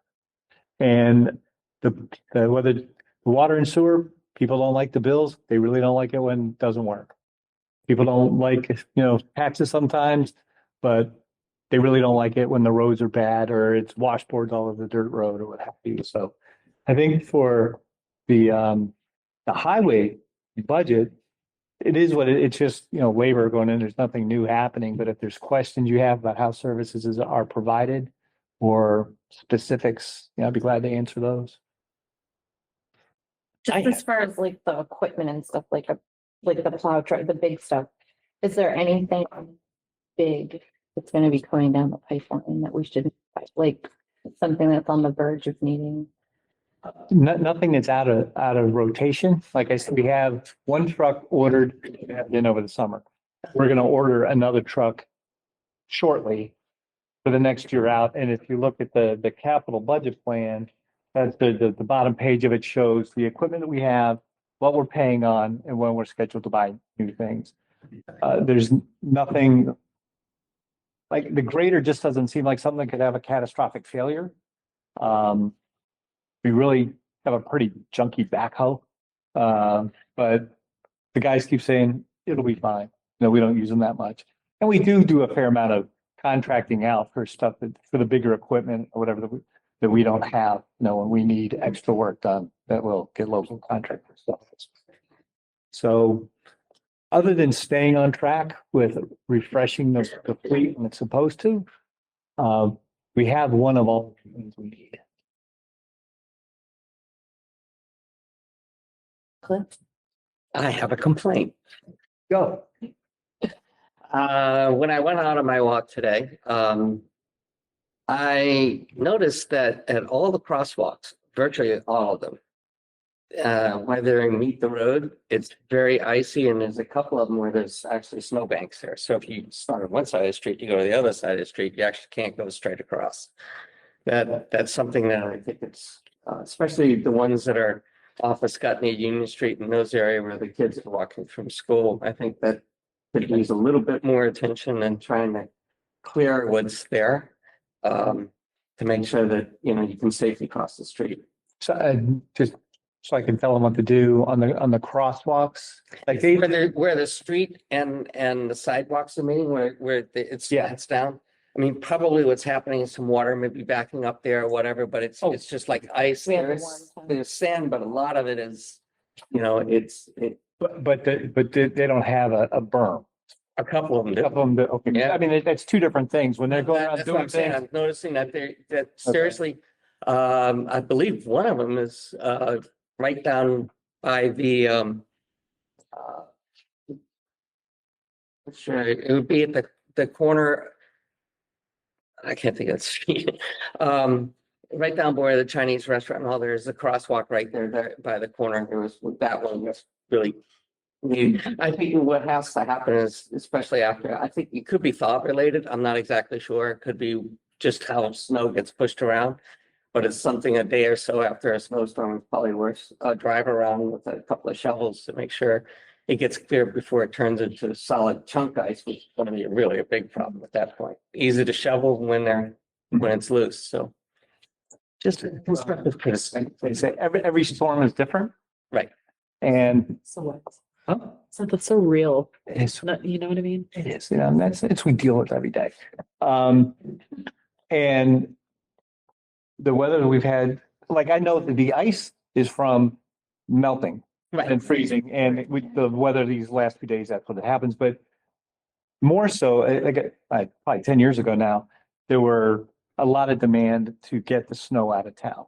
So we had a thing, depending on when the snow Right. storm hit, like overnight or how long they were out on the road, the goal was within 48 hours to go through in the overnight hours and Snow removal. get all the snow removed, get out of town and take all the roads down and get everything cleaned up. There hasn't been enough snow. Like none of the storms have been big enough, but then it got cold and then it froze and did, you know, like, so you can't get rid of it. So this has been a bit of a tough spot. Their normal routine is to go out and sand the sidewalks. If not every day, like it, obviously weather dependent, but I can see how there's going to be some pretty. Actually, I thought of the best example, and that's across Armory Square, where there's a crosswalk from the apartments over to where the playground area is. Mhm. That has a berm there. And because the sidewalks coming up to these crosswalks, the sidewalks naturally dip down. And then what's happening in there is that there's no place for the water to go. So there's a big puddle that you couldn't walk through without getting your feet wet. And because I went out to the street to walk around it. And that's going to freeze up and it's going to be slick ice is what's going to end up happening there before anybody could deal with it. So that one's a really good one to look at too, that kind of defines what the problem is. Because the water needs to get out. That's the problem. Right. When in the summertime, it's tripping on the little lips on the sidewalk, and in the wintertime, it's slipping where the water. goes. That's right. Okay, well, I will pass that along. Thank you very much. Well, we came down to get sand from I don't know where Alan got it, but it's from Windsor. So there's a sand pile. for Windsor. Sand? It does. I didn't go personally, but the sand came to my house and like he ended up doing the whole driveway. And then the ice was melting and he was like, there's going to be something in that sand. And I was like, yeah, it's probably salt because they mix all of our stuff. And like, it made a huge difference. We've never had to or got sand from sand pile before, but it totally saved us. So thank you. Sure. Community Some sand is kind of a salt funny sand. thing. I think it was like salt sand and it was pretty. Depends on where he stole it from. Yeah. It might be reclaimed from last season too, that it's salting. Well, I mean, it comes up fairly often. Is there any place I can get sand? We say, as long as you're not a Yep. contractor, we'll put a pile of sand, Yep. like out by the road in front of, across the street from the garage. And it's in a little pile like this. And when it's like the weather we've had, it kind of goes away, but it's like people think there's a dragon in this salt shed that's in the back because you can see it right there. There's a big pile of salt and then a pile of sand and salt mix. It's okay to go in there, you know, like if you don't have it, it's okay. But I think I happened to be down there on a Sunday and getting a couple buckets of sand and salt in my driveway. And there was somebody there in a riding tractor with a wagon on the back. So it's like there's those people Yeah. or a contractor that's trying to get by, and then the Yeah. people who won't even go in the shed. But it's down there on Central Street. You can take whatever you need for your home's use. And yeah, sometimes that salt makes a big difference.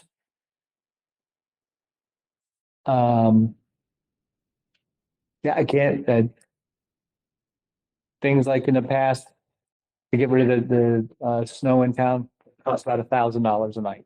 Do you want that? You know, kind of gets back into vision. We can do whatever you want to. But yeah, we have to bring in contractors. It's all overtime. Do you want that? Yeah, it's worth it. Okay, you figure every time we do it, it's gonna be $1,000. If it doesn't snow, it doesn't mean the budget's going up. It just means it's. Yeah. And the one thing that comes up, and this maybe it's a good thing, is the weeds in the sidewalks and the curbs. So I have reached the point where I'm not capable to make that decision. I have become too invested in it and I've dug my heels up. This is what I think about that. I used to hire a company to come and spray weed killer. But they didn't even come until like the middle of August. Like it. Gotta make sure it's. Turned it off once already. I got a daughter getting married and daughter-in-law having a kid. It's my life is complicated. I'm sorry to but like by the time everything died, it was gonna die in the fall anyway. I sent the guys out when they had a chance one year with a flamethrower. Takes forever. So, and here's where I've become too jaded. I'll tell you, if I lived in town and I lived on one of those streets, that would not be in my front yard. I would clean my sidewalk out. Okay? So if I go around the square, the town takes care of where the town owns. But we don't do it in front of people's houses. Because we don't have the time or the manpower, and I really don't want to get the phone calls of, oh my gosh, you're spraying DDT, you know, it's gonna, do whatever. So if people care, put it out there, clean your own weeds out in front of your house. If you don't care, that's fine too. We live in a place that janky old sidewalks with cracks in them. But Great kid project. I was just thinking, Why what if we can't the put our kids like kids, do like, walk around? you have high kindergartners and do that? schoolers. I think we need to join with Kate Ryan. We have high schoolers who need community hours, 4 years of their life. I think they need 30 hours to graduate. Make them do it. Get them out during school Pick hours. those Get them out. weeds out. there you go. You can get them to do that. They have good backs, good little Yeah. bodies. They're not. in It's the middle of pain. football Wow. They want you to pay them. Well, that's the thing. If it would get them out of school, like you During can walk school them hours. elsewhere and you can take it out, the kids would be all for it. I was gonna say, that makes me think of a Really good conversation I had that I can get out for a period. the gold standard on Pine Street for our driveway is what I've heard from neighbors. Your So it's driveway is like, really You nice. know, when I'm out walking, if everybody in front of their houses just shoveled a little bit there and made sure that ice was cracked Yep. up with a pick, that's what I do in my yard. And we still blow all the way to the corner around our house, which is just the sidewalk. If everybody did that, it would be so much better and the sidewalks would be clear. In suburbia, you did your own sidewalk. So it was and I know this And we cleared the like a drain. year ago, like there was a snap sidewalk or you would get, but it's like, And then just they pull it down. just in front of your space, just. What's it look like in front of Michael's house? I want to go look at his shrubbage now. He doesn't. Well, he's got a gravel driveway for number one. It's like gravel on his driveway, But But like, seriously, I would tell my kids this too, just go out in front of your own little area. I get that. I've said what I've said about, from a municipal manager's point of view, unless the select board tells me to do something, Yeah. I'm not doing anything about it. If you want to talk to kids, if you want to talk to the school, if you want the rec department to hire kids, or not the rec department, the highway department, which they don't want to do. Okay. We can oversee young people with power tools. Heard. We're not, the town is not messing with the sidewalks, but what, like, Wait, don't you want to put this on, put a note in to bring this topic back up in like June? When, yeah, like right now it's winter, so, but in the spring, in Oh, the summer, when everything starts to You bring grow. it up in April, not June, You're right. because the kids are in school. And You summer know, when you camp. reach the kids. Yeah, rec summer camp. Yeah. It's like, Not that, that's a We liability. got a but whole day project for this. Isn't school Volunteer for like yard. They get out in June, but Things like that. I've said. once they're out, you have no way of gathering stuff up again. It's- listen, we're talking about pulling weed, Early, yeah. and that's. They're not gonna do that for community service. Well, you know, I'm what, dated it kinda too, gets- like I- this. yeah, a few years ago, our snow plow sidewalk broke and we only had one. For that. And I got all kinds of people telling me how terrible it was. Yeah. So I took our ordinance and I put it in a little newsletter saying, you know what? God. It's your responsibility. We do it because we're nice as a government and you can get a $500 fine. You would have thought, that I was stealing people's children. Oh, yeah, look, I pay for my taxes. You're not even gonna do that. What was, I would think people say, oh, the machine's broke. I'll go shovel the wall. Yeah. Oh, And the town gets together and hey, let's all. right. So that's my pet peeve. You should, it's like when people say there's litter, we need more signs. I go, the people who don't litter Aren't gonna. aren't doing it because they saw a sign, and the people who do litter aren't gonna stop because they saw a sign saying, don't do it. The same people. It's the same job, so- With their jobs. Route 44 and Back Mountain Road have become the new dump sites, and I'm sure the town guys. Yeah, see that it. is not new. But it has been like worse than it's ever Yeah. been. I travel those often and I'm like, right, Somebody drinks a sick It's- amount of twisted tea. a lot of trash. We have put up trail cameras in the Yeah. past. Oh, yeah. It drives me nuts. If I ever see somebody out, Sarah Tuss is walking around. I know, she picks it up every day, Picks it up every every day. day. So. Yeah, I know, other highway budget. Right, the only other highway question is, last year I took out one of the dump days, we ended up putting it back in, but there's two dump days in there, it seems like that's baked in now. So that'll be that. People want it. Capital. Yes. To the capital. Okay, so this is the serious part of the budget. I'm gonna start with this thing, the capital and reserve fund management.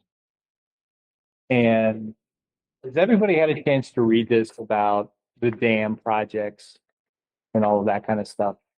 Yeah. Yeah, okay. So I'll see if I can. Not that they came in and explained to us. Doesn't mean you understand it, right? Right. Right, and that's why I don't want to, hang on. This is the crux of the whole thing. I took a walk down memory lane and it was not fun, but kind of reliving some of my time here.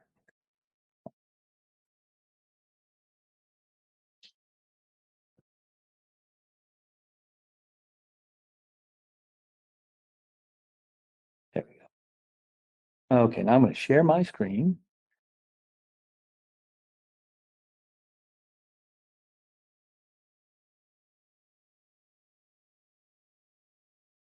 Are we gonna go back to your face? We'll do something that can help fix that. You don't really, I'll just, the highlighted part. So here's the crux of thing. As long as I have been here, we run out of money in December. And when I arrived, we had no money in the bank. And now we should have about $1.2 million, but we still run out of money because of cash flow, tax collections, and all that kind of stuff.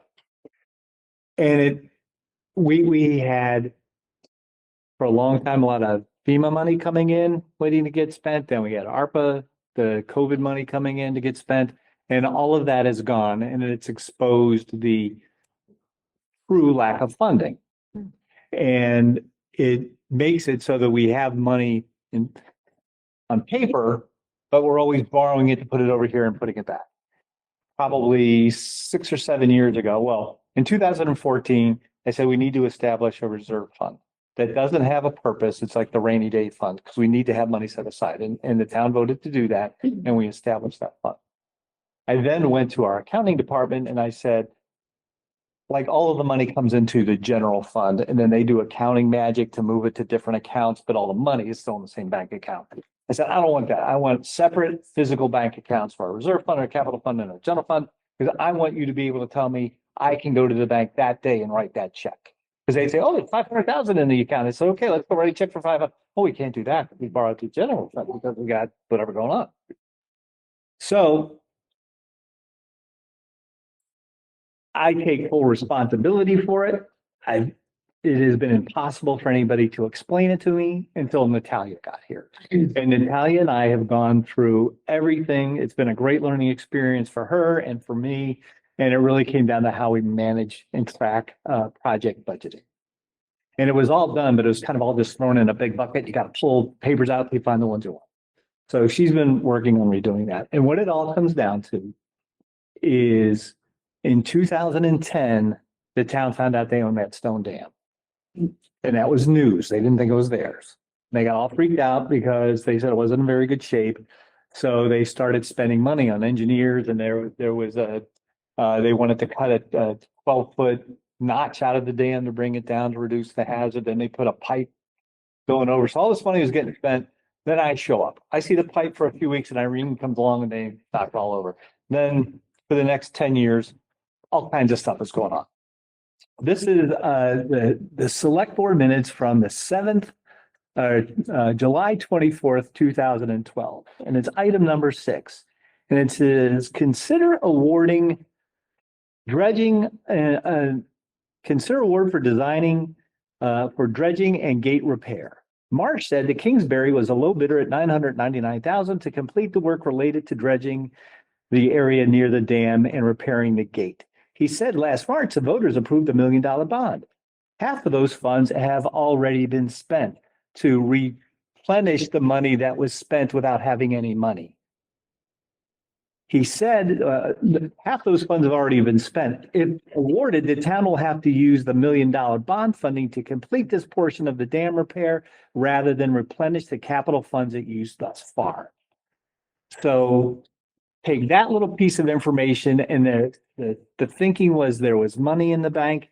At the same time this was going on, it turned out there was $700,000 in uncollectible ambulance billing because they would never write off bad debt, and $500,000 in delinquent taxes.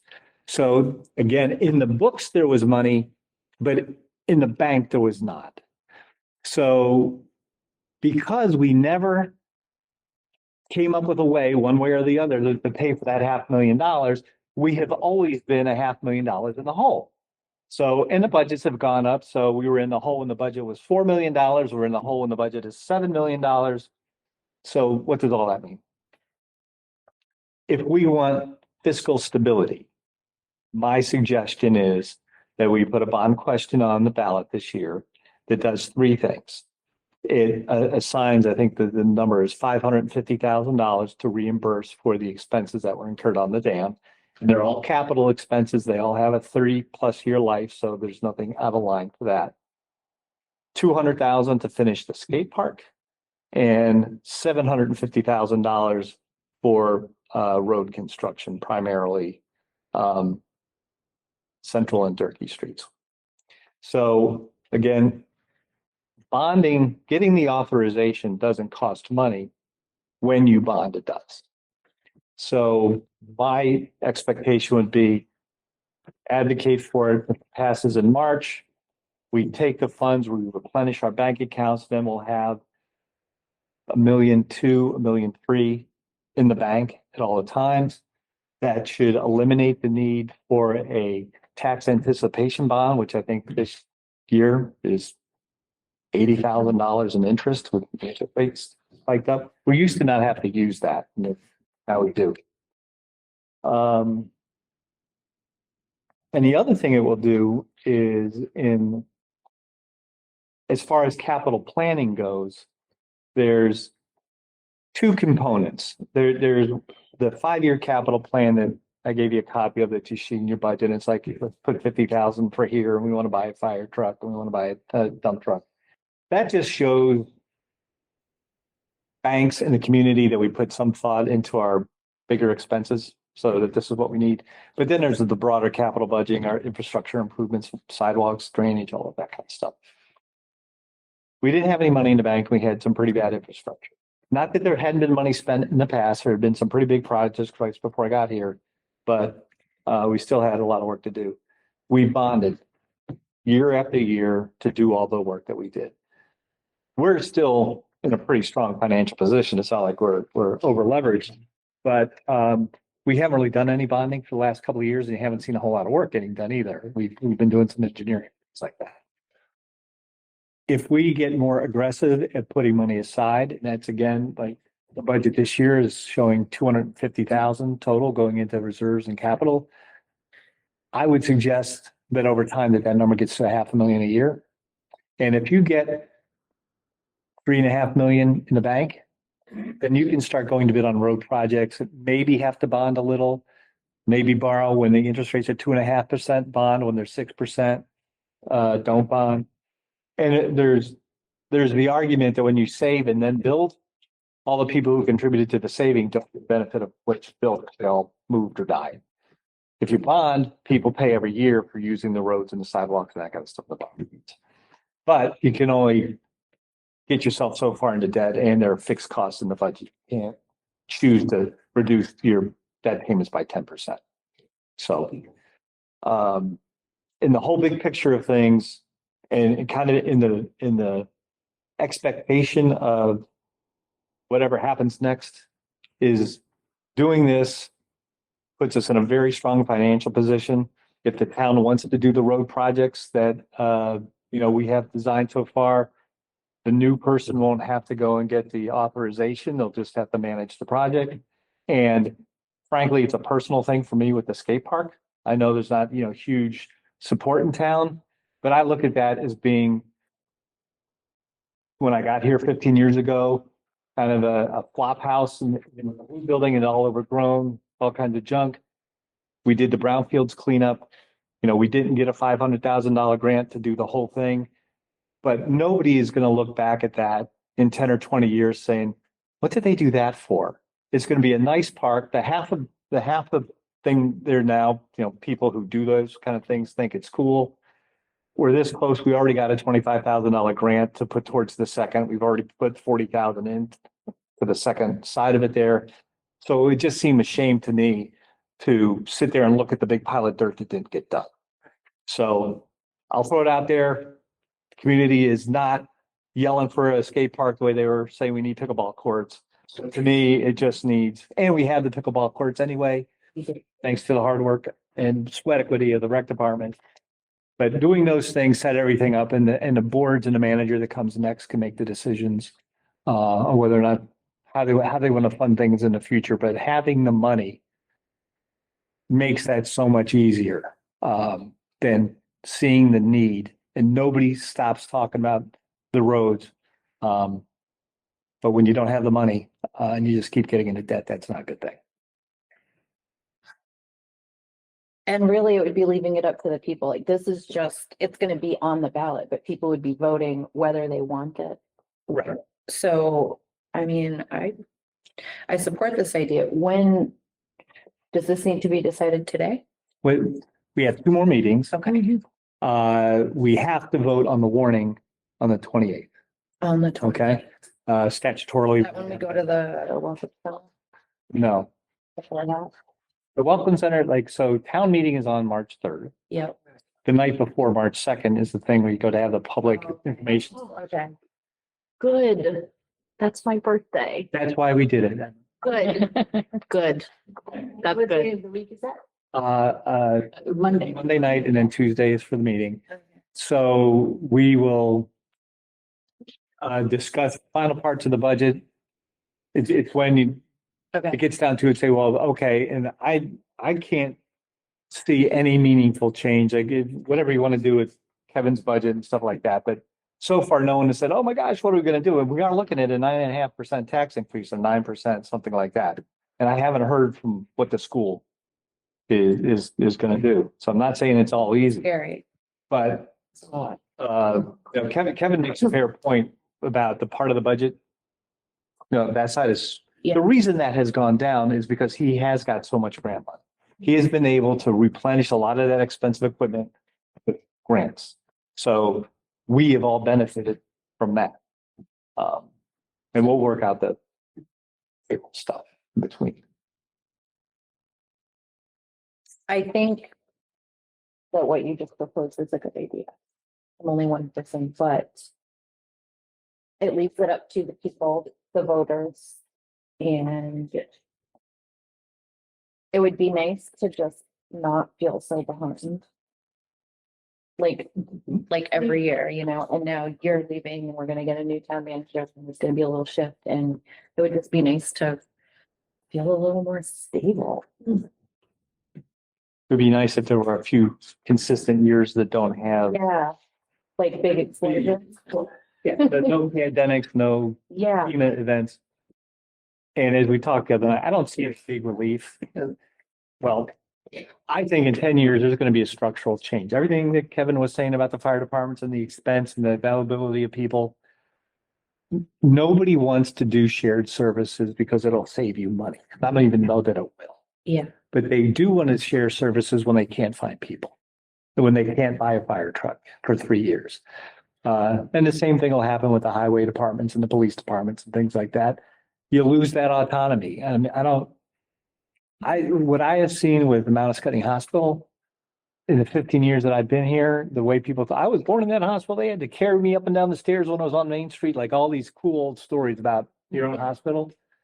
I don't think it's the same with No. the network of that it's, but they're being driven by the same economics that I'm talking about here in regionalizing that. And, I'm not saying anybody, I haven't heard anybody say it's so much better now. It's so much better that I can drive to 16 different hospitals and see 16 different doctors. It's good to have healthcare. But I don't think anyone's going to be saying the same thing about. Is there? Pretty soon, Dartmouth is gonna own everything and everything's gonna change. I know. Yeah. It's gonna same thing gonna happen in town, so. They're taking over. But it's that way everywhere, all over the country. Yeah, it is. That's my history. So. Start budgeting for militia. Western medicine shift. I know, I'm like. So Tom, on this grant. Yep. Not grant, but bond.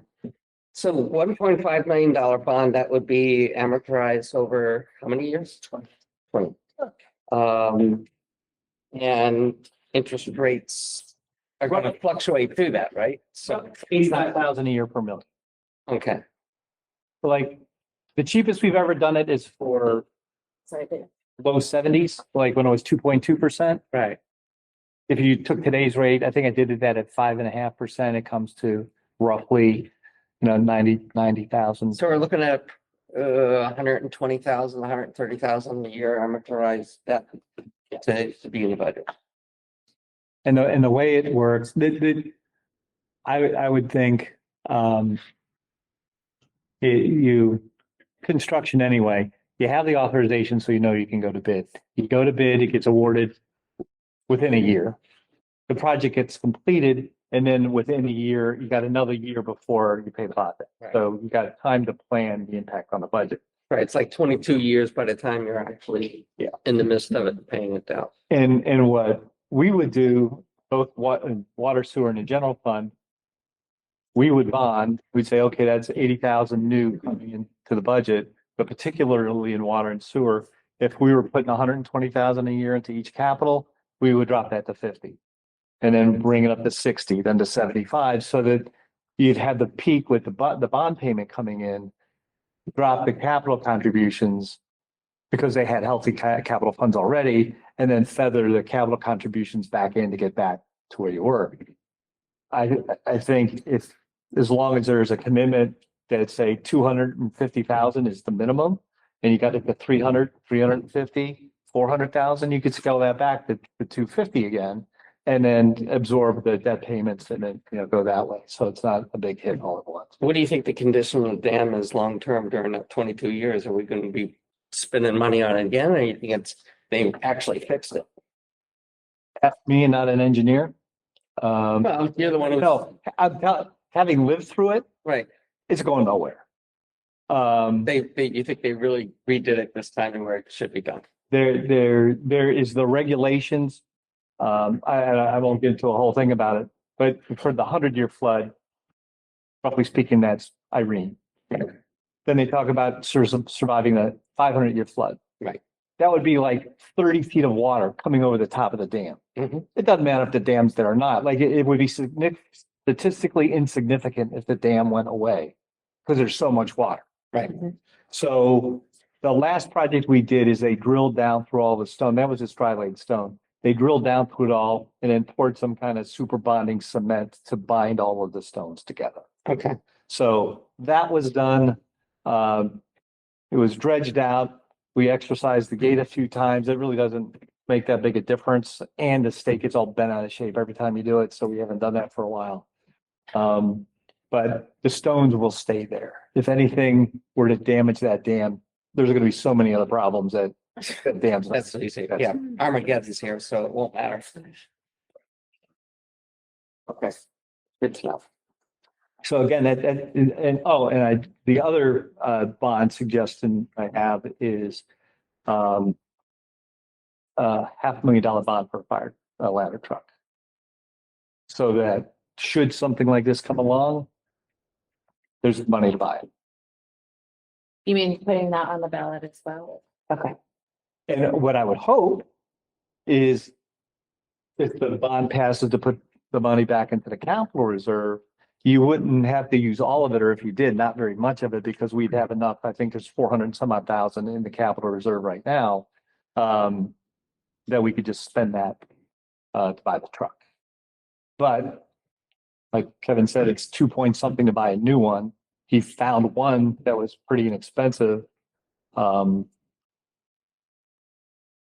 There's a lot of reasons Kevin can give you at a different meeting about why a ladder truck is important, not just because we don't have any skyscrapers, we don't need one. I mean, it's an important, piece of equipment for the department.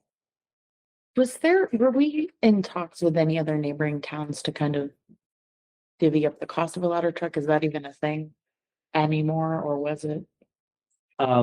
Generally speaking, it isn't a thing. Well, let me put it this way.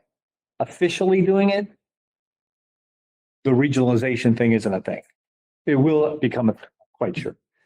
There's mutual aid when it comes to fire departments. Yes. So that's a thing.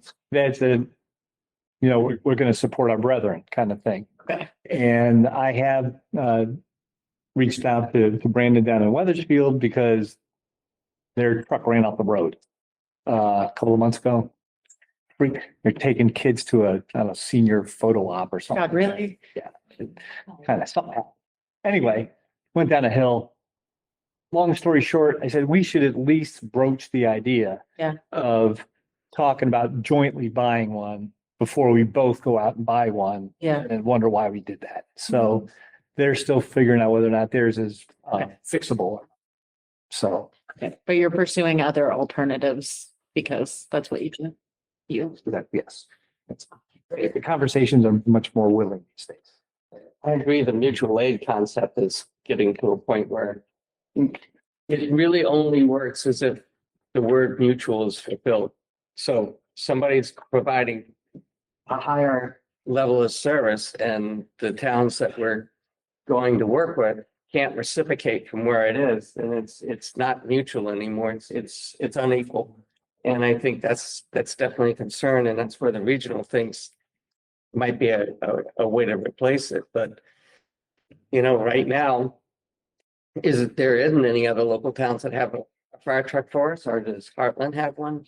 Right now, the plan in Weathersfield has a ladder truck. That's the one that ran off the road. Right. So who do we have a fire truck? Oh, West Windsor has one.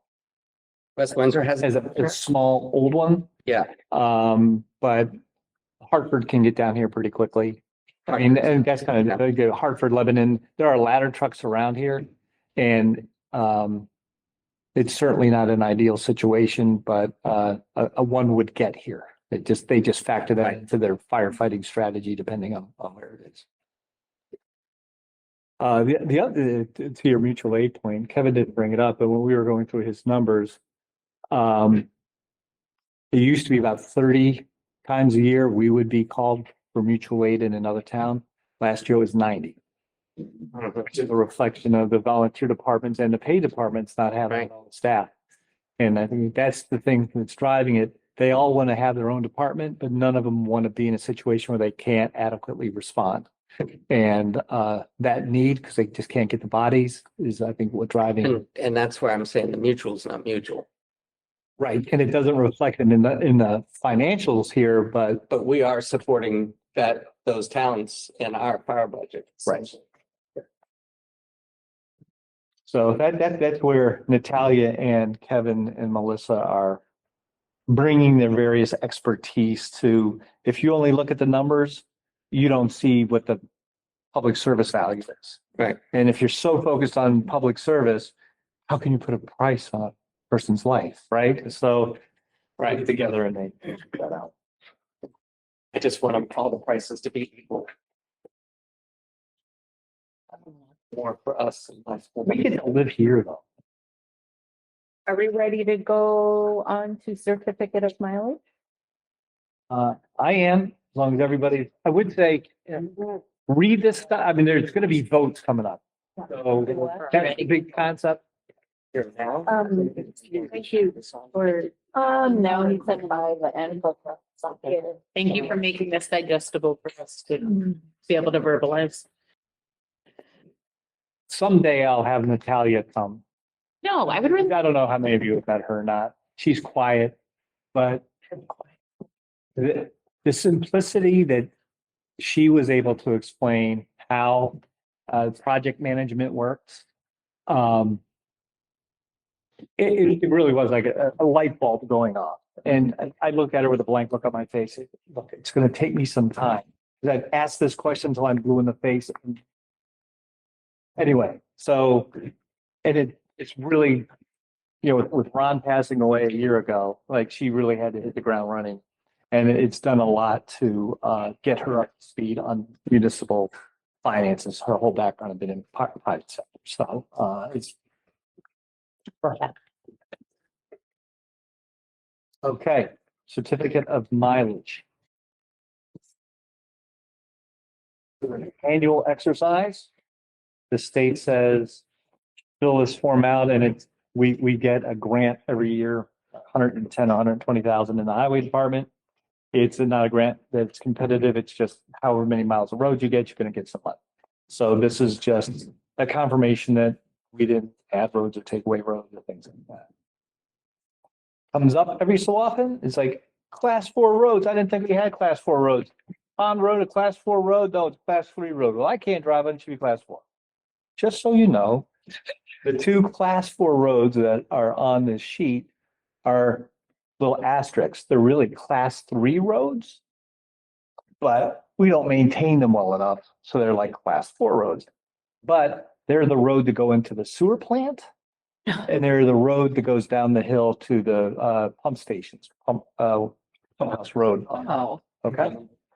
And the trail that we have, an official trail, that's Runnymede Lane, goes, down like that. So that used to be a road. Now it's an official trail. So that comes up every so often. So now you are all informed. Okay. So with that, there will be a need for you to actually sign on. So if you could have a motion to adopt the certificate of highway mileage for the year ending February 10th, 2026. I promise we're not going to put any new roads or take any away in the next month. That would be great. I move to accomplish what Tom just said. I'll second it. Is there any discussion? Emma, how do you vote? I Aye. Aye. Ta-da. So now we go into old business with town manager search update. We have the same update that we had last week, and that is that right now he is finalizing our recruitment brochure, which is going to be going all very soon. Keep your eyes peeled. Are there any public comments for items not on the agenda? Do we have a motion to sign the order? I move to sign orders. Any discussion? Emma? I And I sign those orders. And on the certificate, there's a bunch of faint lines here. Pick one, don't sign on the clerk's line. We're signing that one on the bottom. Thank you, guys. Yeah, and I have to get that like way. 6:45. we're doing inventory right now. Out. So I'm counting cardboard. Stacks of 25, like 600. Do you have, So engaging. He brought people and props. I didn't have. I know, we brought. Emma, do you have a board member comment?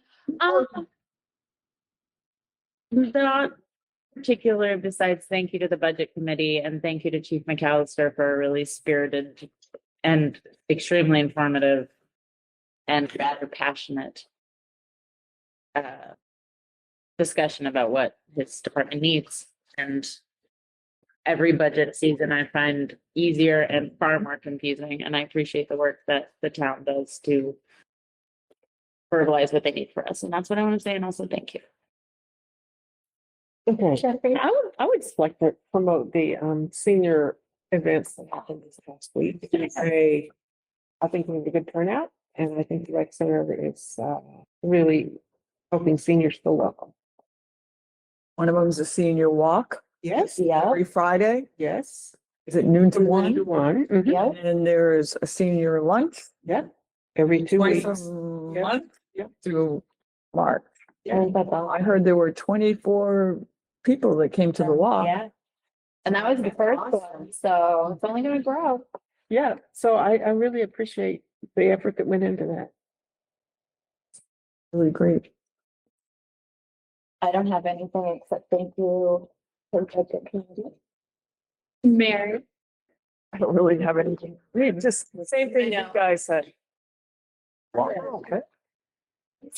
An order sign? Yes. Excellent. I'm gonna adjourn this meeting at 8:34. Oh, maybe it's on my couch. Oh my God. It's been a long